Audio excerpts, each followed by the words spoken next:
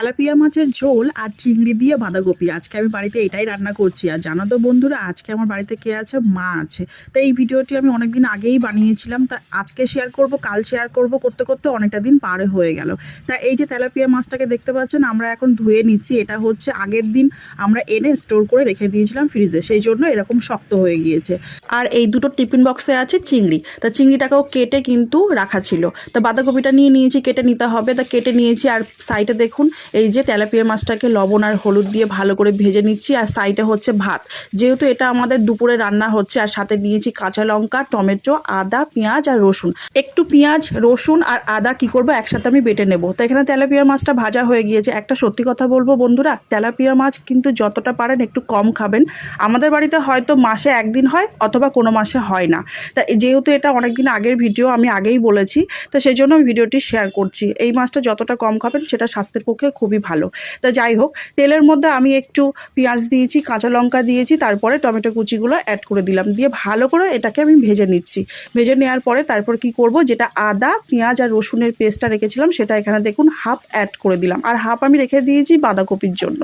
তা দেখুন এখানে মশলাটাকে ভালো করে কষিয়ে নিচ্ছি, তার মধ্যে জিরের গুঁড়ো, হলুদ আর লবণ অ্যাড করে দিয়েছি, দিয়ে ভালো করে আবার কষিয়ে নিচ্ছি। নেওয়ার পরে কুচনো ধনে পাতা এখানে অ্যাড করে দিলাম, দিয়ে ভালো করে কষিয়ে নিয়ে তারপরে জল ঢেলে দিচ্ছি পরিমাণ মতন, যাতে মাছটা একটু ভালোভাবে ফোটে সেই কারণে। আর এই তেলাপিয়া মাছ না সবসময় আপনারা ভালো করে ফুটিয়ে খাবেন।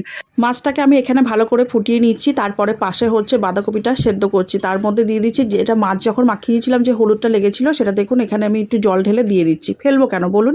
তারপরে দেখুন মাছটা এখানে হয়ে গিয়েছে, আমি নামিয়ে নিলাম। দেখতে কিন্তু দারুণ হয়েছে, খেতেও কিন্তু দারুণ হয় বন্ধুরা। একদম হালকাভাবে কাঁচা লঙ্কা দিয়ে রান্না করেছি।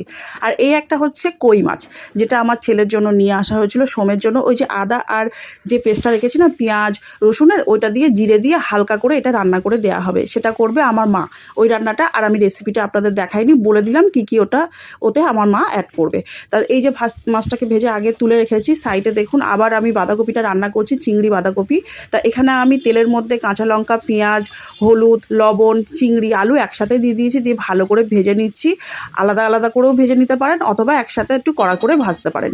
ব্যাস, এবার যেটা সেদ্ধ করা বাঁধাকপি সেটা এখানে আমি দেখুন অ্যাড করে দিচ্ছি। আমি কি করি সবসময় যখন বাঁধাকপি সেদ্ধ করি, আমি কিন্তু আগে লবণ দেই না, লবণটা একটু পরে অ্যাড করি। তা তার মধ্যে আমাদের খাবার সময় চলে এসছে, সকালের খাবার, যেহেতু দুপুরে রান্না হচ্ছে ওটা। তা দেখুন এখানে আমি ছোলার ডাল আর আলুর তরকারি আর হচ্ছে কচুরি আনা হয়েছে, আর জিলিপি, এটা হচ্ছে দোকান থেকে কিনে আনা হয়েছিল। তা চলে এসেছি আবার রান্নাঘরে।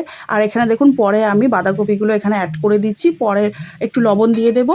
আর আপনারা চাইলে গরম মশলা দিতে পারেন অথবা ঘি দিতে পারেন। তা আমি এখানে অ্যাড করবো না, একদম হালকাভাবে কিন্তু আমাদের বাড়ি রান্না হচ্ছে, যেহেতু এটা ঘরোয়া খাবার। তা আজকে এই যে তেলাপিয়া মাছের ঝোল আর চিংড়ি বাঁধাকপি আপনাদের কেমন লাগলো অবশ্যই কমেন্ট করে জানিয়ে আমার চ্যানেলটাকে সাবস্ক্রাইব করে দিও। আর এই যে আমার মা এখন রান্না করছে। সবাই ভালো থেকো, টাটা।